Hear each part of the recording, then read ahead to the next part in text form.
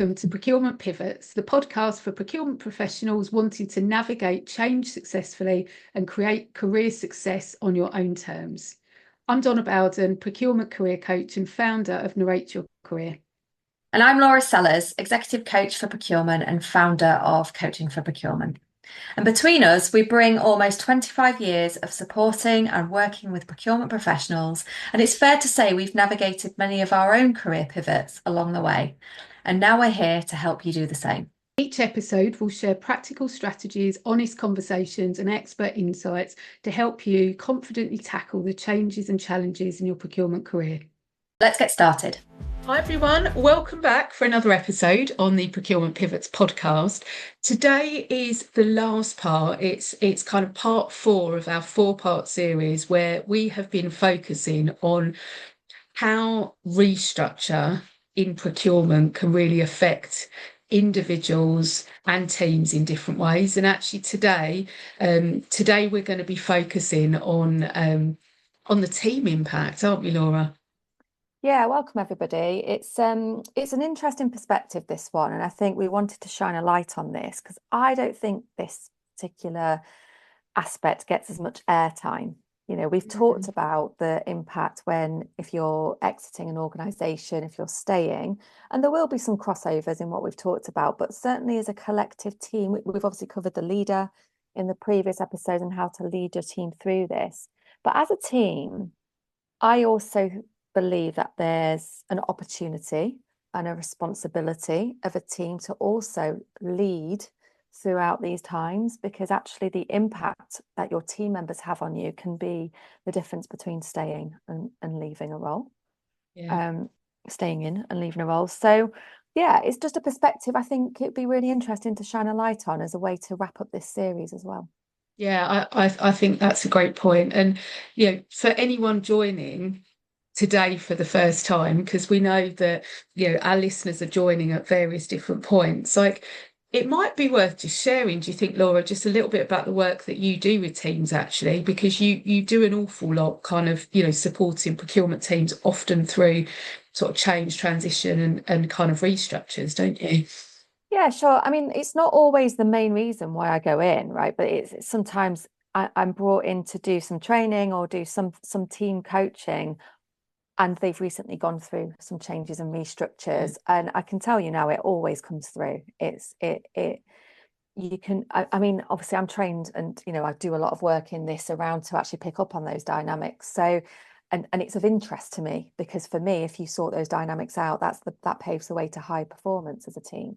But I think definitely it's something that it sits with people for a lot longer than you might think. And it sits within teams, and old behaviours or old loyalties stay within teams that have undergone restructure. So yeah, it's definitely something that I think should be talked about more. But I don't think I've answered your question really, in the sense of like, what do I do with them? But yeah, so I do a mixture of team training, skills training, but also team coaching, which is a more personalized, bespoke process to help a procurement team get to a greater level of performance. And sometimes that involves having tough conversations. Doesn't mean that we go in there and there's loads of conflict. It's just about giving some airtime to things that are holding a team back. Yeah. So I think this is a really important part, I think, to consider whether you're listening to this as a team member. And I think also, if you're listening to this as a leader of a team of individuals, like, we hope that all of you are going to be able to take kind of points away that you can kind of action if this is something that you're experiencing right now, or if this is kind of something that is likely to kind of happen at some point in the future. So where should we start then today, Laura? Where would you like to kind of start? Well, I think one of the most important things, and again, for all of these points that we cover in this episode, is around that opportunity for team members who have been impacted by either indirectly or directly by a change, and they're looking to move forward. But also, for me, I also think there's a responsibility of team members. Obviously, the leader has a huge responsibility and accountability in this, and we've covered that in the last episode. But I also think there are leadership opportunities for team members to lead without the title and lead without the authority. So yeah, these points that we're going to cover are from that perspective. And the first point, I think, is around that understanding and establishing those shared values and team identity moving forward. So, sometimes they like to do a values exercise to understand who they are as a team, how they want to show up as a team. And I think that's hugely important for team identity after undergoing change. You might have seen some shifts in category responsibilities. You might have seen teams break up. You might have seen two teams come together. So I definitely think that that's a really good starting point for a team. Yeah.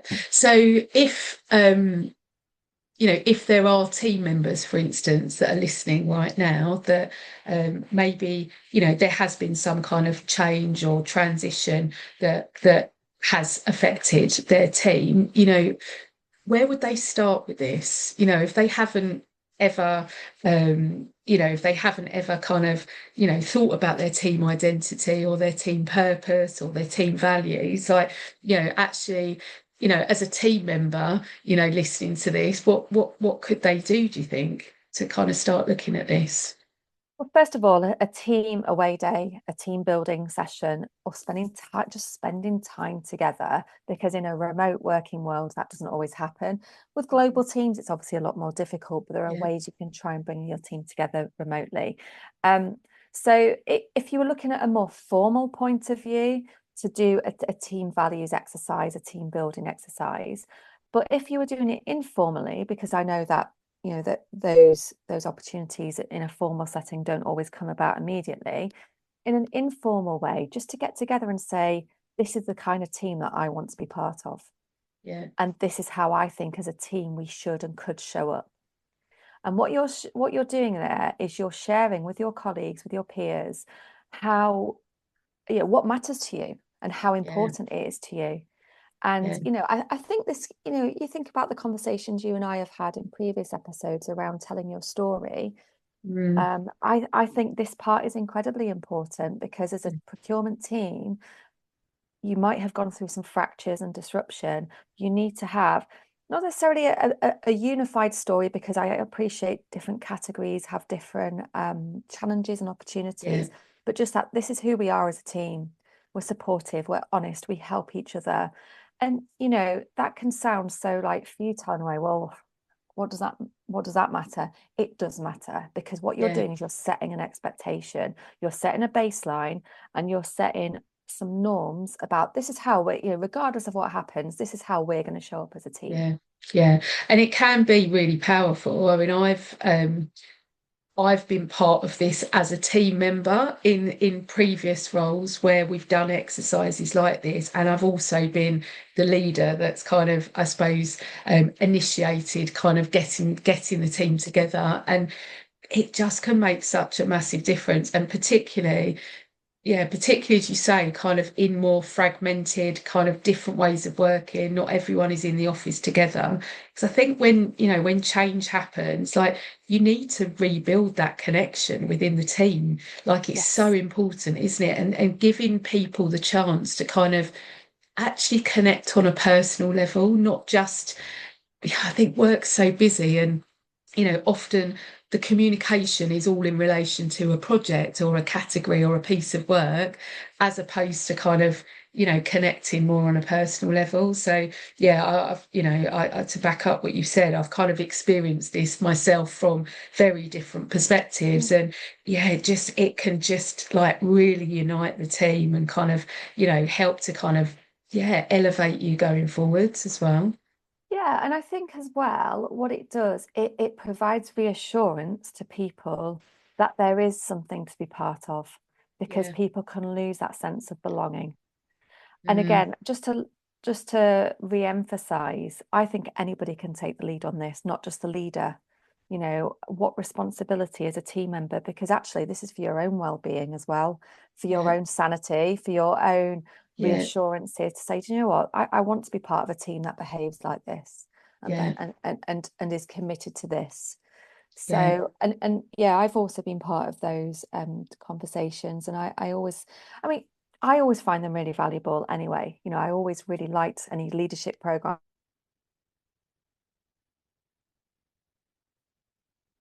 Oh, I've lost you, Laura. Everybody responds differently.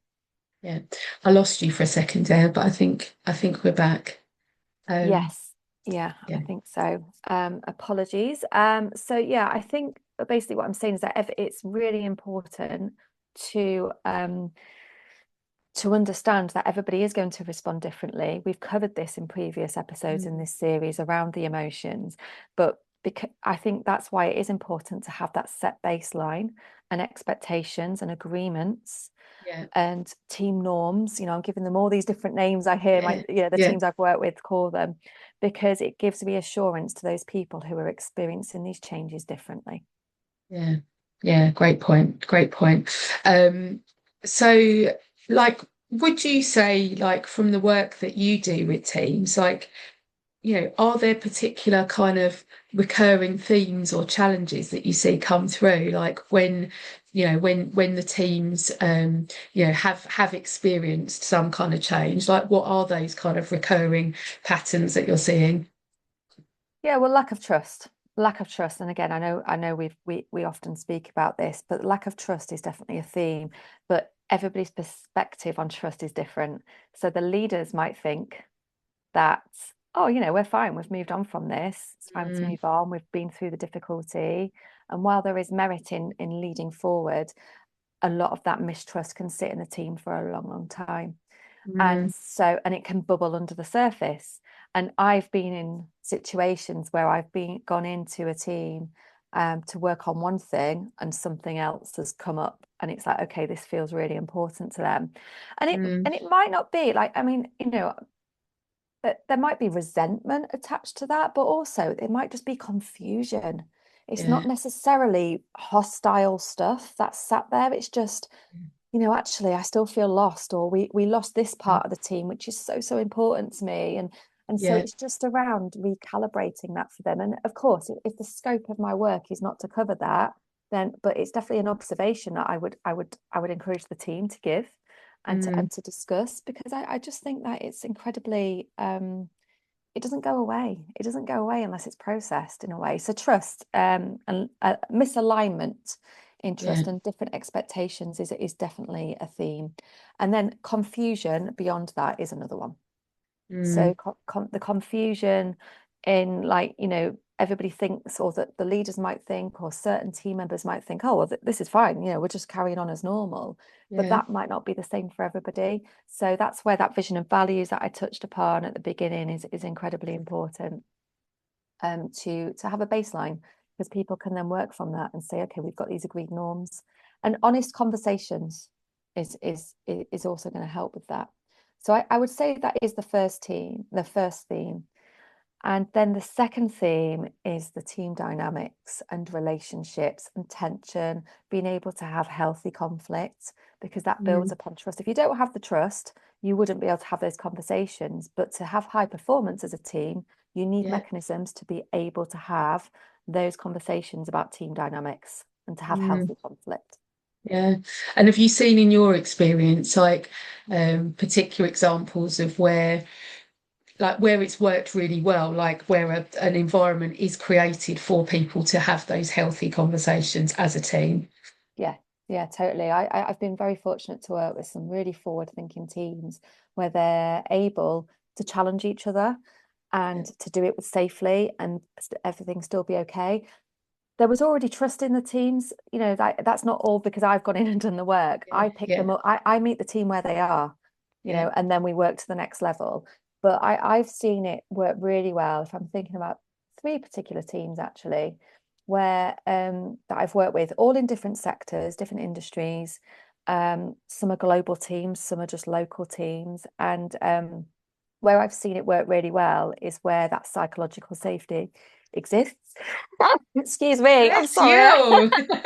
I couldn't even mute myself. I'm so sorry. Okay, that came on so quickly. I mean, we are all about the unedited raw version of our podcast, aren't we? So there we We'll go. keep it in. We'll keep it in. Apologies. So let's hope that's not a cold coming. Right. So yeah. So where I've seen, so but three different ways I've seen it in those three different teams. The first one is where the leader has come in with a it's safe to fail mindset. There is no fail. It's safe to make mistakes. I've got your back. Now, and they do have sponsorship from the exec to do that, which is incredibly important. The second example I've got is where there is such a community spirit within that procurement team that is what the members, the members of the team, but also the stakeholders experience with that team. And even I experience it with the team. Like I actually said to the leader, wow, I felt like I could tell you guys anything, and so that feeling of safety was really important, and they see that as their responsibility and their USP as a team. And so, and then finally, a third one is where they've been through a really hard time together, and there's always been that unity piece. So they've been through the restructures, they've been through the change, and they've got a great leader in post who fights the battles with the team, not just on behalf of the team, but with the team. So I've seen it in lots of different ways, and but I honestly think that being able to have challenging conversations together, address the elephant in the room, is a really important part of continuing to build trust and to get to higher levels of performance. Yeah, great. What about like dynamics out in the business as well, like as a team, like because we've spoken more about kind of, I suppose the inter-team dynamics here, but dynamics can change quite significantly during a period of change with the business as well, can't they? So yeah, and this is where again I think the responsibility lies incredibly with the team as well, and the opportunity, because this is the opportunity for a team member to lead without authority and to influence without authority, because I say this often, what happens within the team in terms of dynamics ripples outwards to your stakeholders. If you are not united as a team, then your stakeholders won't feel that either. But also there's that opportunity to start well and to repair relationships that might have been broken as a result of restructures and change. Because again, if it's been a wider restructure, that it's not just been within a procurement team, it's been with other stakeholders. You might have new members to build relationships with, and legacy thinking can go on for a long, long time. Legacy perceptions. We've talked about this before, about the legacy perceptions of procurement that they have to deal with as a function. But there are legacy perceptions that exist internally within your stakeholder base of past leadership, of past behaviours of their own, and of, a team like procurement. So that's where I do think the opportunity for a team member to set their stall out, have the vision that we've talked about and the values within the team, but set their stall out with their stakeholders and say, look, we've all been through change. I want us to come out of this the right side of this. So this is how I'd like to do it, and lead with trust. And those influence principles of leading with unity is a really powerful opportunity for procurement. I don't know if I've said this before on the podcast, but I've certainly said it with my network, that I actually think procurement as a team have a huge opportunity within their organisation to lead culture, because of the amount of touch points that they have across the business. Historically, that might have been sat with the HR team or the L&D team, who've also gone through their own transformation and evolution. Personally, I think procurement have got a real opportunity to lead with that. I think it is a really interesting one. And, certainly we hear a lot, don't we, about kind of almost like the challenges to get the business to really understand the true value, the added value, the strategic value of procurement. And I think, you're so right. Like, actually, that's not just about individual level, that is a collective. And there is such a massive opportunity for procurement teams and functions to really come together and kind of decide, like, okay, how is it we want to be received? What is it we want the business to kind of think about us as a function, and then how collectively can we share that message, kind of really consistently across the organisation. And I think, like, definitely one of the challenges I see is so many people are caught up in the reactive, when it comes to them personally, their job, the team, like this is, what we're talking about. This is about being really proactive, being strategic about, how you're going to show up, as a collective. Like it's that longer term vision. But I think the challenge is that the day to day for so many people is so overwhelming that actually this becomes a nice to have, not an essential. And, these types of conversations and these kind of get togethers don't happen because people are spending so much of their time just firefighting, doing the reactive. And I think that's one of the challenges. And like we've said so many times on so many episodes, like giving yourself space to pause, to reset, to kind of, to actually think intentionally about where it is you want to get to, individually or collectively. Like it's actually creating that time to say it's okay to just pause and take a bit of time out here, because that is going to help us to build the pace in the future if we just allow ourselves just to stop and take a bit of time out to think about this properly. Yeah, and I think, it does feel like a luxury and a nice to have when you've got a really pressing workload and list of things to do, especially if your team has been restructured to less resource. Yeah, But I think mindset shifts are everything, perspective shifts are everything. You could change your perspective on something and have a breakthrough. And it's so, I mean, I've seen it within teams. I've seen it happen. I've seen it within myself, within my own thinking, within my own business. I see it within my one-to-one clients, and I know you do too. yeah, And I think it's just when you go, oh, do you know, I didn't really think of it like that. Oh yeah, that really resonates. Oh my word, yeah, that's me. It can absolutely shift because once you see it, you can't unsee it. yeah, So while and like you and I were just sharing before we came onto this call about how fortunate we are and lucky, but also, we've got a lot of work going on at the moment, and we're like, oh yeah, gosh, we want to plan this, we want to do this together and everything. But you've got to take that strategic time out. You have to. Like someone once yeah, said to me when I first started in business was like being intentional about the time you spend on the business as well as yeah, within the business. yeah, And I think that's the same for an in-house role, how yeah. much time you spend on yourself as a procurement professional versus in the weeds of procurement is Yeah, important. I say the same to clients actually. It's kind of, you're working on your role, but you're not working on your career. So actually, it's kind of, are you giving yourself the time to be strategic and intentional in your career, not just in your day job? Yeah, absolutely. Oh, I love that. In your career, on and in the business, absolutely. Yeah, It's just yeah, it is incredibly important. And you know what? I even see this at a leadership level where people feel that they feel guilty about spending that time on themselves because they feel so responsible to their team. yeah, But we've said it before. I know we feel like broken records sometimes, Donna, but actually it's just around being consistent with our messaging that this time for yourself and yeah, for yourselves as a team. And you can yeah, do this informally. Just make sure you're spending time together and re-establishing yeah, what you want a good workplace to look like. yeah. That for me is a team responsibility.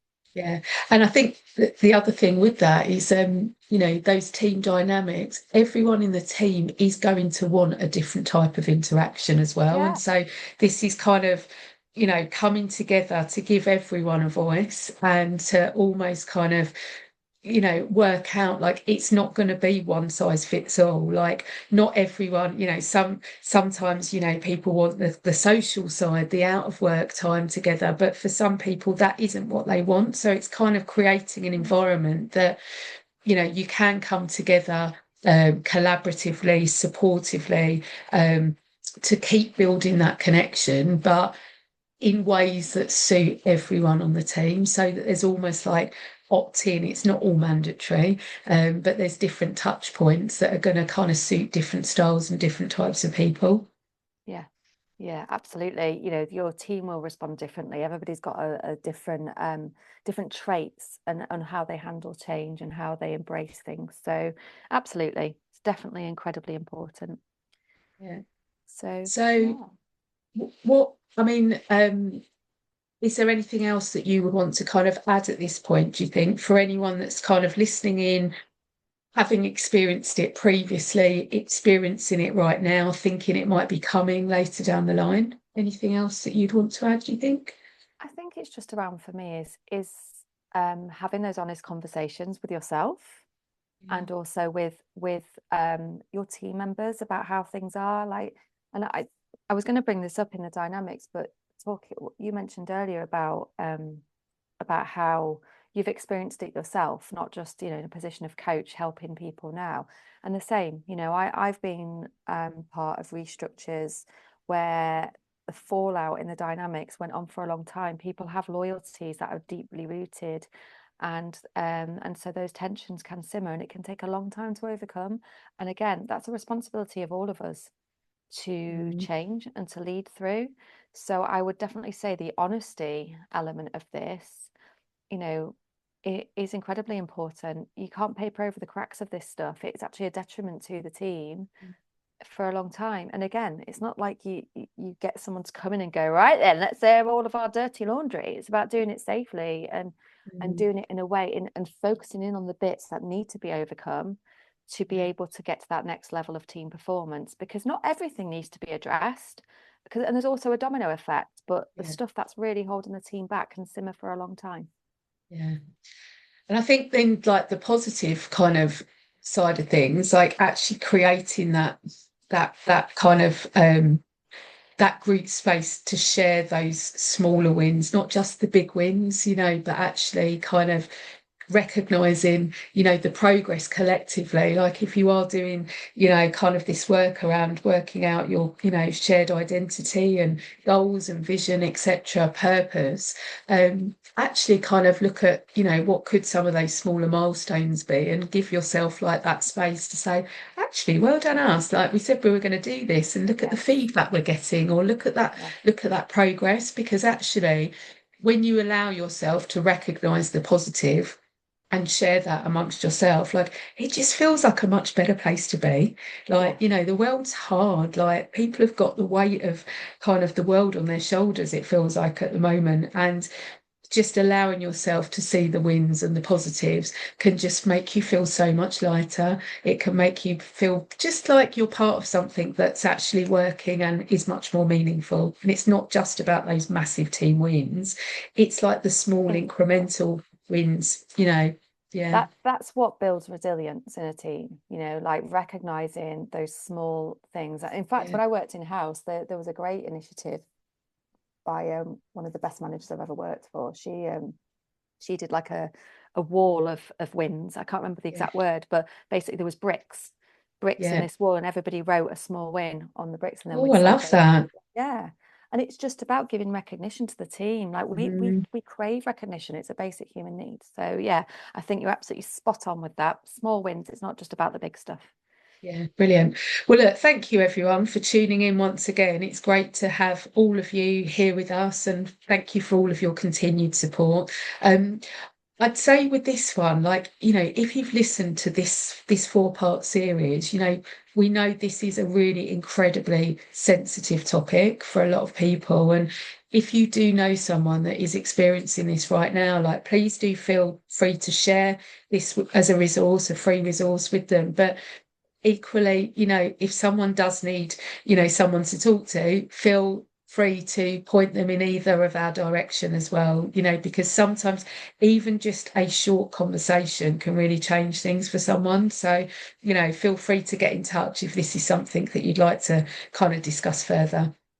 Yeah, absolutely. And thank you so much for tuning in. We know these topics are not easy. We wanted to shine a light on them, but also as thinking partners that we are, I think it's important to give light to it. And thank you also for listening throughout the sneezing and the the unedited version of us, which you'll always get. I've definitely been coughing, and we've definitely had a few Wi-Fi glitches, I feel. So apologies, everyone. Thank you for staying with us. Yes, thank you. Take care. See you next time. See you later. Bye. Thank you for tuning in to Procurement Pivots. We hope today's episode gave you actionable tips to help you to continue to move forward in your procurement career. If you enjoyed the conversation, follow our episodes, share them with others, and please support us on our social media channels for others that might be interested to tune in.